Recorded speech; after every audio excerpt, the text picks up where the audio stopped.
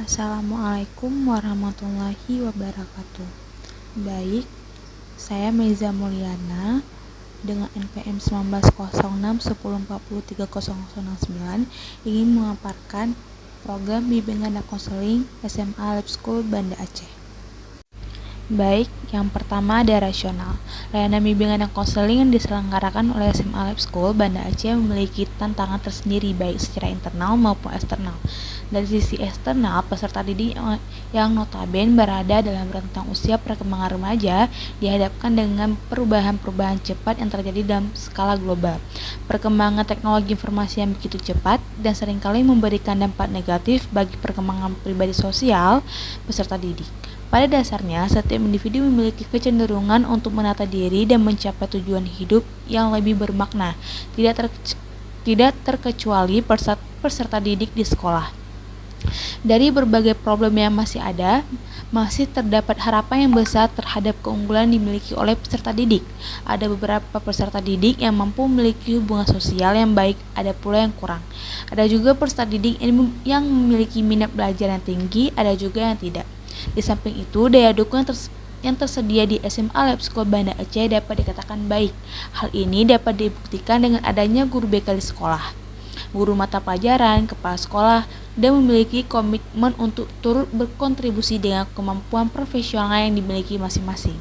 Kondisi tersebut merupakan modal yang luar biasa dalam mendukung keberhasilan layanan bimbingan dan konseling. Begitu pula dengan sarana dan prasarana yang tersedia di SMA Lab School Banda Aceh, memiliki kecukupan fasilitas untuk menopang kegiatan. Selanjutnya, adanya dasar hukum. Yang pertama, Undang-Undang Republik Indonesia Nomor 20 Tahun 2003 menjelaskan tentang pendidikan. Yang kedua, UUD Nomor 14 Tahun 2005 menjelaskan tentang guru dan dosen. Peraturan Pemerintah Republik Indonesia Nomor 74 Tahun 2008 Pasal 54 Ayat 6 menjelaskan tentang beban kerja guru BK atau konselor.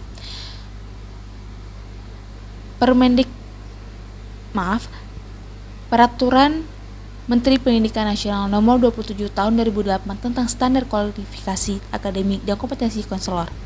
Yang kelima, Peraturan Menteri Pendidikan Nasional Pasal 22 Ayat 5 tentang penilaian kinerja guru BK atau konselor. Peraturan bersama Menteri Pendidikan Nasional dan Kepala Badan Kepegawaian Negara Nomor 3/5/PB/2010 dan Nomor 14 Tahun 2010.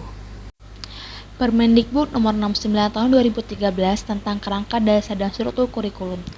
Permendikbud Nomor 64 Tahun 2014 tentang peminatan pada pendidikan menengah pada pasal 1. Permendikbud Nomor 111 Tahun 2014 tentang bimbingan dan konseling pada pendidikan dasar dan pendidikan menengah.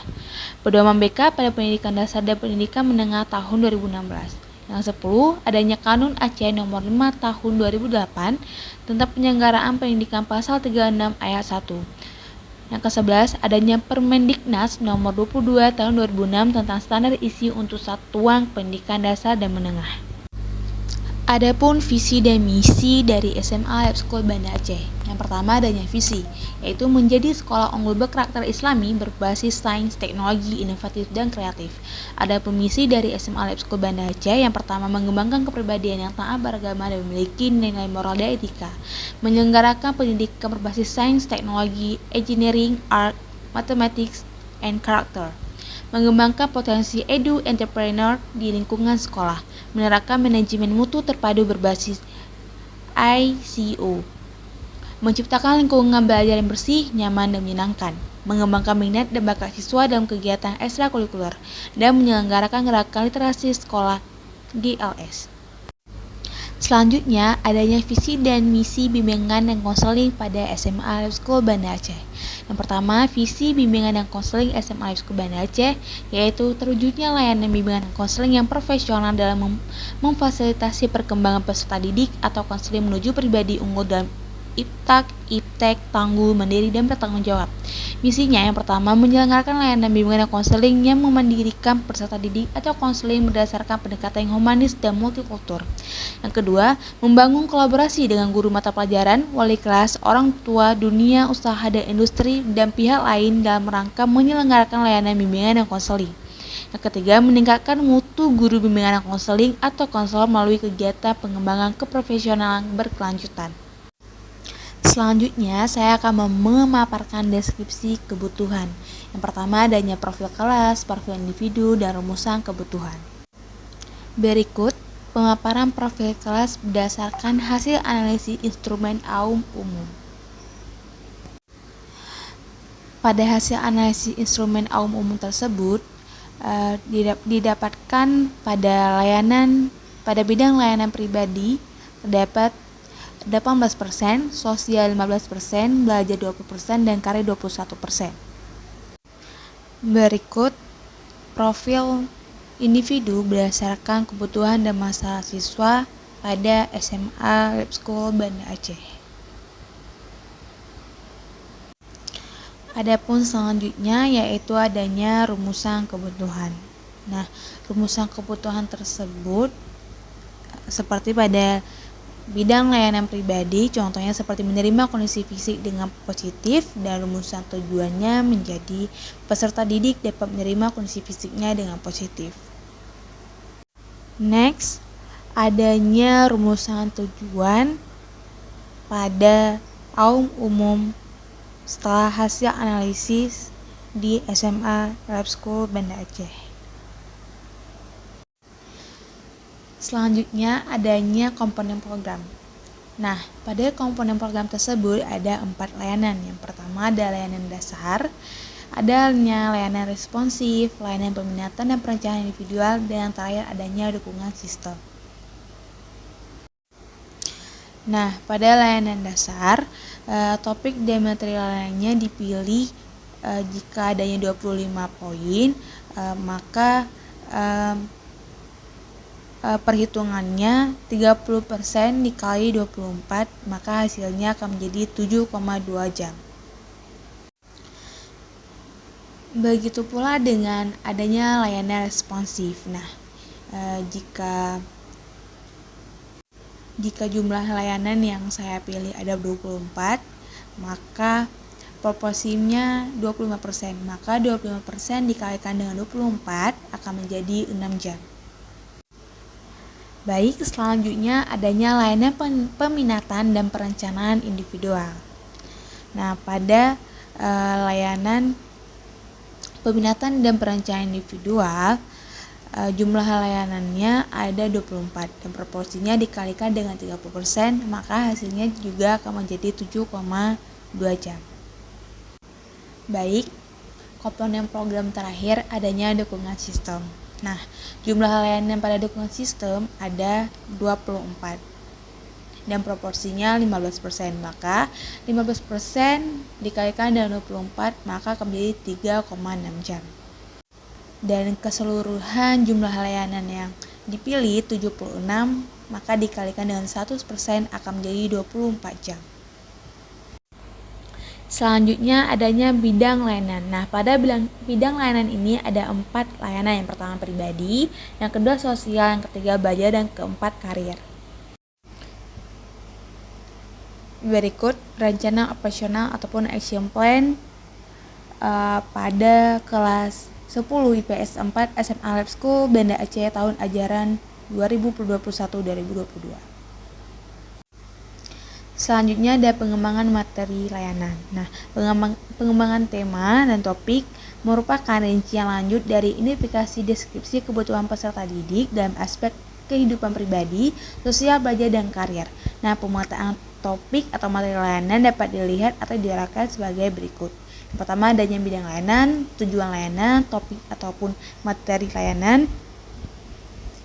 sub materi layanan, dan alokasi waktu. Selanjutnya ada evaluasi, pelaporan, dan tindak lanjut. Yang pertama adanya evaluasi. Evaluasi merupakan langkah penting dalam manajemen pelayanan bimbingan dan konseling, yang dimana evaluasi secara umum ditujukan untuk mengetahui tingkat keterlaksanaan kegiatan dan ketercapaian tujuan program yang telah ditetapkan. Dalam evaluasi program bimbingan dan konseling terdapat 2 jenis evaluasi. Yang pertama ada evaluasi proses dan evaluasi hasil. Selanjutnya adanya pelaporan. Nah, 3 aspek yang harus perhatikan dalam pelaporan. Yang pertama, logis dan dapat dipahami. Yang kedua, memperhatikan kaidah penulisan dan kebahasaan. Yang ketiga, adanya dilaporkan secara akurat dan tepat waktu. Selanjutnya, adanya tindak lanjut. Yang pertama, menentukan aspek-aspek perbaikan atau peningkatan. Yang kedua, menyusun ulang desain program secara umum. Yang ketiga, melaksanakan kegiatan tindak lanjut. Berikut sarana dan prasarana. Nah, untuk orang yang kebutuhan ruangan dan bimbingan konseling dengan spesifikasinya ruang 3x3 dengan satuannya 1 seharga 3,5 juta rupiah. Selanjutnya ada kursi dengan satuannya 6 dikalikan dengan persatuan kursi dengan jumlah 450.000. Selanjutnya ada spesifikasi kipas angin dengan satuan 1 dengan seharga 500.000, penerangan dengan satuan 2 seharga 85.000. Selanjutnya ada spesifikasi meja dengan satuan 2 seharga 600.000. Nah, manfaatnya memfasilitasi dalam pemberian layanan bimbingan dan konseling kepada peserta didik dengan nyaman. Yang kedua, adanya kebutuhan perangkat komputer dengan spesifikasi paket cek lengkap komputer dengan satuan 1 seharga 4.500.000, printer dengan satuannya 1 seharga 2.500.000, tinta printer dengan satuan 1 seharga 150.000, dan mouse dengan satuan 1 seharga 50.000. Manfaatnya untuk mengolah himpunan dan menyimpan data peserta didik serta data administrasi lainnya. Kemudian kebutuhan yang ketiga adanya ATK dengan spesifikasinya kertas A4 dengan satuan 1 rim seharga 150.000. Yang kedua adanya spidol dan pulpen dengan satuannya 2 pak seharga 150.000. Dan yang ketiga adanya pencilitan dengan satuan 5 buah seharga 100.000. Manfaatnya memudahkan dalam pengadministrasian dan penyusunan program BK. Total semua jumlah sarana dan prasarana yang dibutuhkan seharga Rp12.735.000. Selanjutnya adanya anggaran biaya. Yang pertama adanya 3 kegiatan. Yang pertama ada kegiatan papan bimbingan dengan volume 1 paket dikali 150.000, jumlahnya seharga 150.000. Yang kedua adanya leaflet dengan volume 4 kali cetak 30 lembar dikali 50.000 dengan jumlah seharga 200.000. Selanjutnya ada kegiatan kunjungan rumah dengan volume 2 kali kunjungan dikali 50.000 dengan jumlah seharga 100.000. Jumlah total anggaran biayanya 450.000. Selanjutnya adanya jadwal kegiatan layanan. Yang pertama ada semester ganjil dan yang kedua ada semester genap. Berikut program semester ganjil bimbingan dan konseling kelas 10 IPS 4 SMA Lab School Banda Aceh tahun ajaran 2021-2022. Selanjutnya adanya program semester genap bimbingan dan konseling kelas 10 IPS 4 SMA Lab School Banda Aceh tahun ajaran 2021-2022. Selanjutnya saya akan melampirkan beberapa lampiran kegiatan. Berikut beberapa lampiran. Yang pertama ada rencana pelaksanaan layanan bimbingan dan klasikal yang terdapat pada SMA Lab School Banda Aceh semester ganjil tahun pelajaran 2021-2022. Dengan komponen layanannya layanan dasar, bidang layanan pribadi, topik layanan menjadi diri sendiri, fungsi layanan pemahaman, tujuan umum peserta didik dapat memiliki kepercayaan diri yang tinggi dengan tujuan khusus peserta didik atau konseling dapat mendefinisikan pengertian percaya diri. Peserta didik dapat mengetahui manfaat percaya diri. Peserta didik dapat mengetahui alasan mengapa harus bangga menjadi diri sendiri. Peserta didik dapat mengetahui cara tips meningkatkan kepercayaan diri. Sasaran layanannya peserta didik kelas 10. Materialnya pengertian percaya diri, manfaat percaya diri, alasan harus bangga menjadi diri sendiri, tips meningkatkan kepercayaan diri. Adapun metode atau tekniknya, metode diskusi, media dan alat PPT, laptop Infokus, pelaksanaannya 15 Mei 2022.